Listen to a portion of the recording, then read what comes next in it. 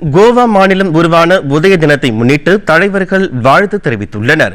குடியரசுத் தலைவர் திரௌபதி முர்மு வெளியிட்டுள்ள வாழ்த்து செய்தியில், கோவா மாநிலம் தனது செழுமையான கலாச்சார பாரம்பரியத்திற்கும் அன்பான விருந்தோம்பலுக்கும் புகழ்பெற்றது என்று கூறியுள்ளார். கல்வி, தொழில்நுட்பம், புதுமையான தொழில்கள் மற்றும் நிலையான வளர்ச்சி ஆகிய துறைகளில் முன்னேற்றம் அடைந்துள்ள மாநிலம் என்றும் அவர் கூறியுள்ளார். பிரதமர் நரேந்திர மோடி வெளியிட்டுள்ள வாழ்த்து செய்தியில், கோவா மாநிலம் அதன் துடிப்பான கலாச்சாரம், செழுமையான பாரம்பரியம், இயற்கை எழில் மற்றும் கனிவான மக்கள் ஆகியவற்றுக்காக புகழ் பெற்றது என்று கூறியுள்ளார்.